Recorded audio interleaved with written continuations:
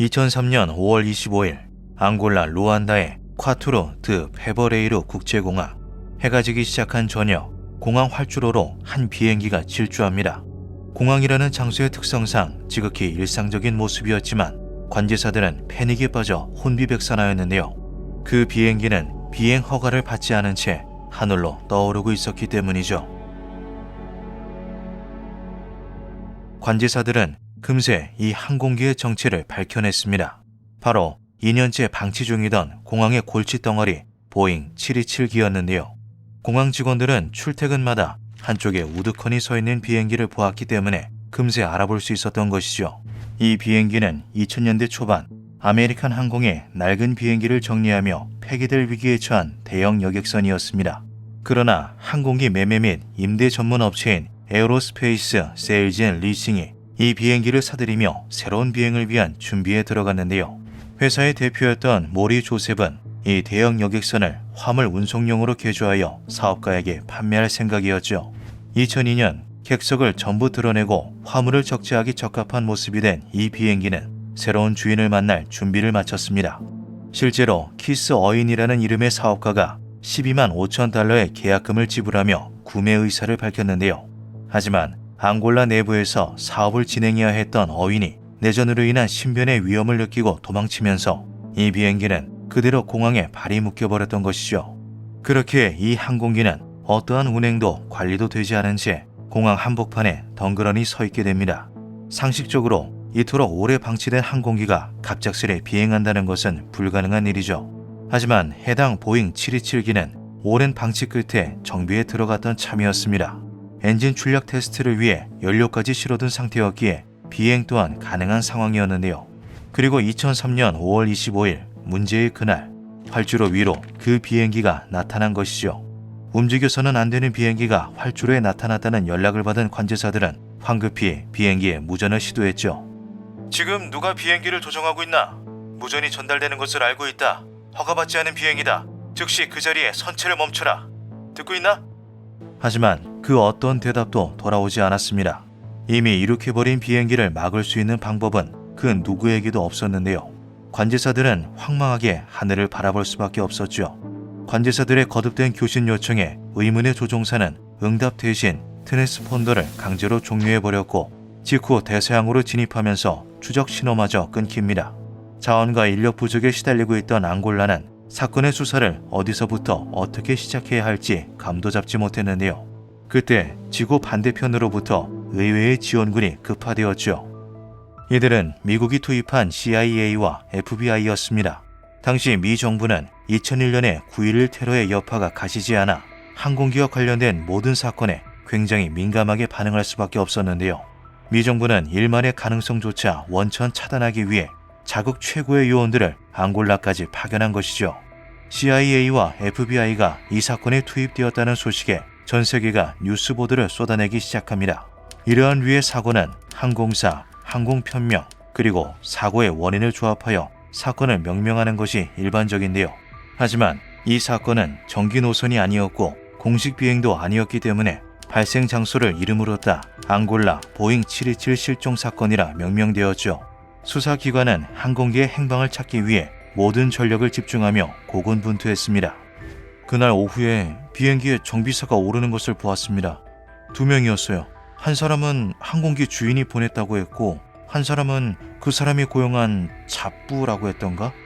잘 모르겠어요. 한 사람이 영어를 못해서 잘 못 어울렸거든요. 그래서 좀 이상하다고 생각했죠. 2사람이 한 비행기에 오르는데 한 사람은 아예 영어를 할 줄 모르고 한 사람은 영어만 할 줄 알았으니까요. 수사기관은 조사 끝에 용의자로 벤 찰스 파델라와 존 무탄투를 특정합니다. 벤은 항공기 매매업체에서 고용한 항공 엔지니어였고 존은 벤이 자신의 일을 돕기 위해 현지에서 고용한 콩고 국적의 정비사였는데요. 그들은 보잉 727기와 함께 실종되어 버린 상태였죠. 유력한 용의자를 특정해내고도 수사기관은 당혹스러움을 감추지 못했습니다. 이 2사람에게는 항공기를 조종할 능력이 없었기 때문인데요. 베테랑 엔지니어인 벤은 개인 비행 면허를 소지하고 있었죠. 하지만 이는 어디까지나 경비행기만을 몰 수 있는 자격증으로 보잉 727기를 조종하기에는 무리였습니다. 심지어 보잉 727기는 해당 기체를 몰기 위한 특수 훈련을 받아야만 자격이 주어지는 까다로운 비행기였는데요. 이 특수 훈련을 이수하고도 기장, 부기장, 그리고 항공 엔지니어까지 세 사람이 팀을 이루어야만 비행할 수 있을 정도로 무척 다루기 힘든 기체였죠. 고작 경비행기 조종 자격을 가진 벤이 이 모든 것을 해내며 홀로 비행에 성공했다는 것은 불가능에 가까운 일이었습니다. 존 무탄투 또한 마찬가지였는데요.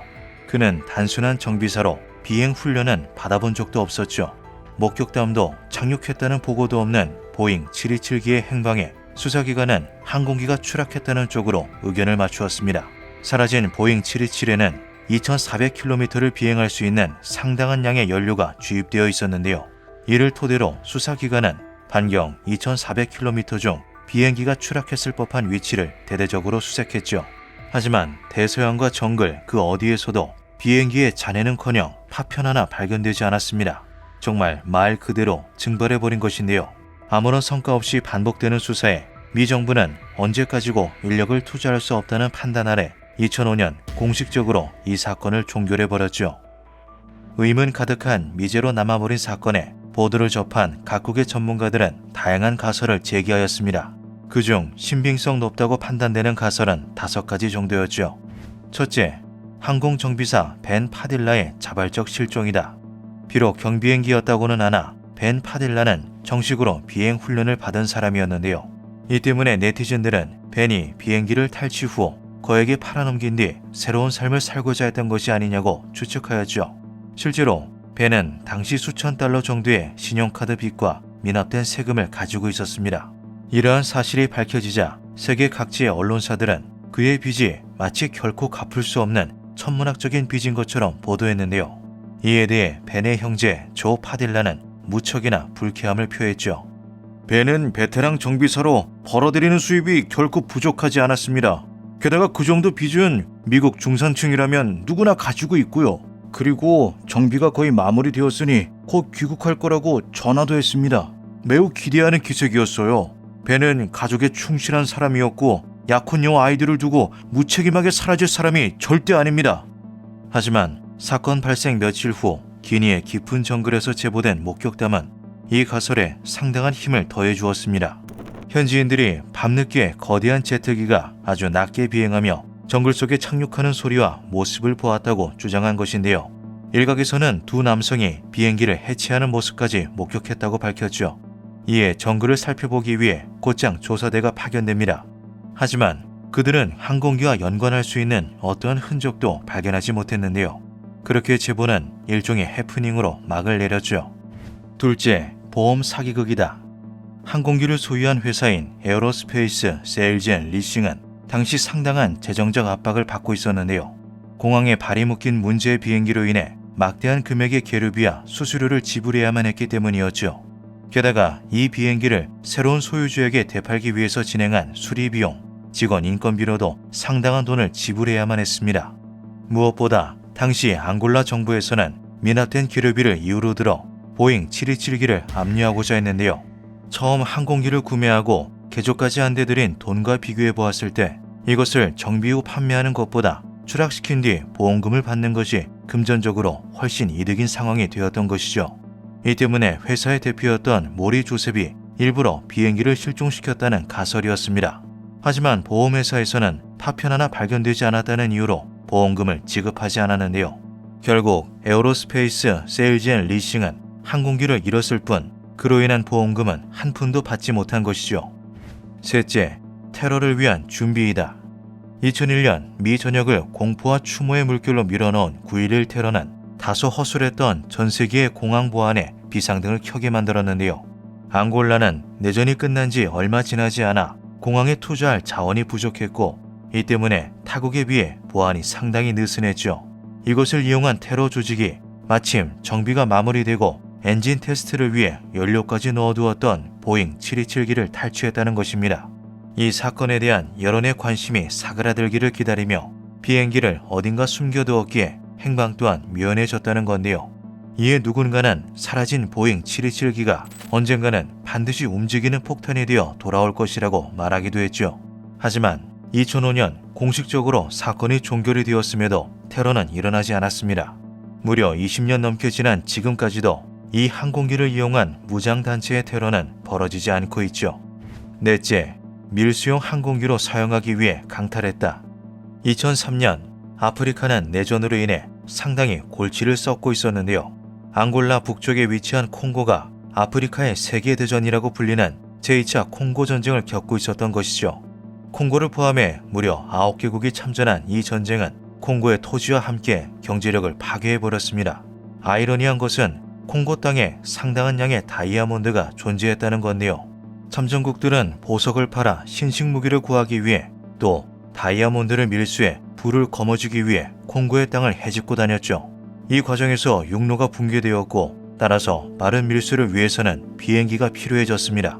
그런 그들의 눈에 마침 정비를 마치고 연료까지 가득 채워놓은 보잉 727기가 들어왔다는 것인데요. 콩고 출신의 존 무탄투가 있으므로 통역을 맡길 수 있었고 베테랑 정비공인 벤이 있으니 기치에 문제가 생기지 않게 꾸준히 유지할 수도 있었죠. 그래서 기치와 함께 두 정비사도 납치했다는 것입니다. 하지만 상식적으로 보잉 727기처럼 커다란 비행기가 하늘을 난다면 목격하지 못할 수가 없는데요. 시간이 지나도 콩고의 하늘에서는 사라진 비행기가 나타나지 않았죠. 마지막으로 5번째, 미지의 인물 X가 비행기와 두 정비사를 납치했다. 비행기가 실종된 5월 25일은 보잉 727기가 정비를 마무리하고 마지막 엔진 출력 테스트를 앞둔 날이었는데요. 그 때문에 벤은 비행기에 연료를 가득 싣고 그것을 활주로 근처에 옮겨두었죠. 그것을 목격한 X가 모종의 이유로 비행기를 훔쳐야겠다는 결심을 하고 미리 비행기 안에서 그들을 기다렸다는 것입니다. 곧 귀국할 거라는 생각에 들떠 있었던 두 정비사는 보잉 727기에 아무런 의심도 없이 탑승했고 그 과정에서 X와 마주하게 되는데요. 흉기로 그들을 협박한 X가 자신을 도와 비행을 할 것을 명령했다는 것이죠. 흥미로운 것은 당시 공항 직원들의 증언이 묘하게 달랐다는 사실입니다. 두 사람이 함께 비행기에 올라타는 것을 보았다. 아니다. 한 사람만이 비행기에 탑승하였다. 한 사람이 올라타고 조금 있다가 두 사람이 비행기로 향했다. 또 이륙 전 활주로를 달리던 기치에 대한 증언도 천차만별이었는데요. 휘청거리며 위험하게 이륙을 시도했다는 주장이 주를 이루었지만 일부는 비행기가 아주 매끄럽게 활주로를 달렸다고 주장하기도 했죠. 벤의 형제인 존은 이 가설이 매우 가능성 높다며 그 미지의 인물 X를 밝혀내는 것이 최우선 과제라고 주장했습니다. 하지만 수사는 이미 종결되었고 새로운 증거는 그 어떤 것도 발견되지 않았는데요.